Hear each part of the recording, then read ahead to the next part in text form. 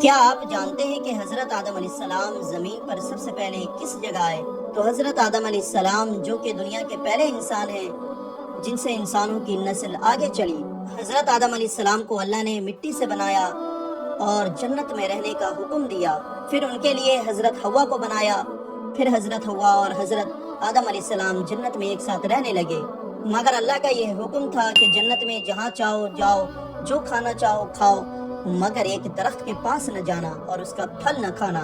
جب یہ بات ابلیس کو پتہ چلی تو ابلیس نے حضرت آدم علیہ السلام اور حضرت حوا کو کسی طرح اس درخت کا پھل کھلا دیا، اور اس طرح حضرت آدم علیہ السلام اور حضرت حوا نے اللہ کی نافرمانی کی، جس کی وجہ سے اللہ نے حضرت آدم علیہ السلام، حضرت حوا اور ابلیس کو زمین پر بھیج دیا۔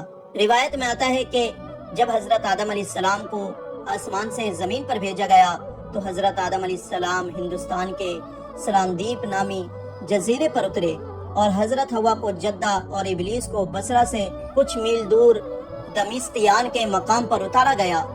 حضرت سعدی فرماتے ہیں کہ جب حضرت آدم علیہ السلام جنت سے ہندوستان میں اترے تو ان کے پاس حجر اسود تھا اور جنت کے درختوں کے پتے بھی تھے۔ پھر حضرت آدم علیہ السلام نے ان پتوں کو زمین پر پھیلا دیا، اور زمین پر آج جتنی بھی خوشبودار درخت پائے جاتے ہیں وہ ان پتوں سے ہی پیدا ہوئے ہیں۔ حضرت ابن عباس سے مروی ہے کہ حضرت جبرائیل علیہ السلام حضرت آدم علیہ السلام کے پاس آئے اور گندم کے 7 دانے دیے۔ حضرت آدم نے پوچھا یہ کیا ہے؟ عرض کیا یہ اس درخت کا پھل ہے جس سے آپ کو روکا گیا تھا لیکن آپ نے کھا لیا۔ تو آپ نے کہا میں اس کا کیا کروں؟ تو حضرت جبرائیل علیہ السلام نے کہا آپ ان کو زمین میں بو دیں۔ تو حضرت آدم علیہ السلام نے گندم کو بو دیا۔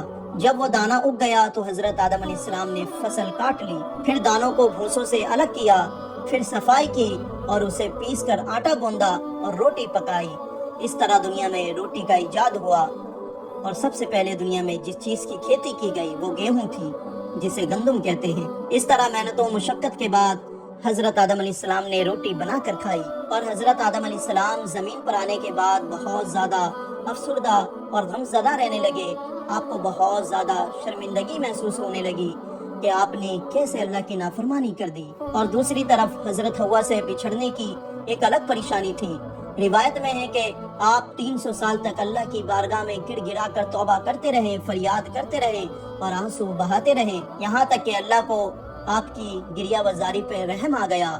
پھر ایک دن حضرت جبرائیل علیہ السلام کو اللہ نے حضرت آدم علیہ السلام کے پاس بھیجا۔ پھر حضرت جبرائیل علیہ السلام نے حضرت آدم علیہ السلام سے کہا کہ اے اللہ کے نبی، اللہ نے آپ کو معاف کر دیا اور آپ کی توبہ قبول کر لی۔ یہ سن کر حضرت آدم علیہ السلام بہت زیادہ خوش ہوئے، اور شکرانے کے طور پر آپ نے 2 رکعت نفل نماز ادا کی۔ یہ وقت صبح کا تھا، فجر کا وقت تھا۔ اللہ کو یہ ادا اتنی پسند آئی کہ اللہ نے حضرت آدم علیہ السلام کی اسی سنت کو امت محمدیہ صلی اللہ علیہ وسلم پر فجر کی 2 رکعت نماز فرض کر دی۔ تو سب سے پہلے فجر کی نماز حضرت آدم علیہ السلام نے پڑھی تھی۔ پھر حضرت جبرائیل علیہ السلام حضرت آدم علیہ السلام کو اپنے پروں پر بیٹھا کر مکہ لے آئے، جہاں حضرت آدم علیہ السلام نے کعبہ شریف کی بنیاد رکھی اور حجر اسود کو کعبہ شریف کی دیوار میں لگا دیا۔ پھر آپ نے کعبہ شریف کا طواف کیا۔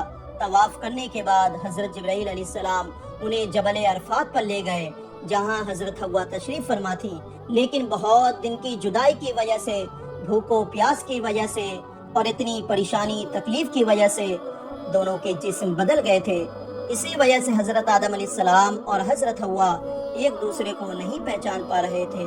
تو حضرت جبرائیل علیہ السلام نے ایک دوسرے کا تعارف کروایا اور کہا کہ اے اللہ کے نبی، یہ آپ کی بیوی حضرت حوا ہے، اور حضرت حوا سے کہا کہ یہ آپ کے شوہر حضرت آدم علیہ السلام ہیں۔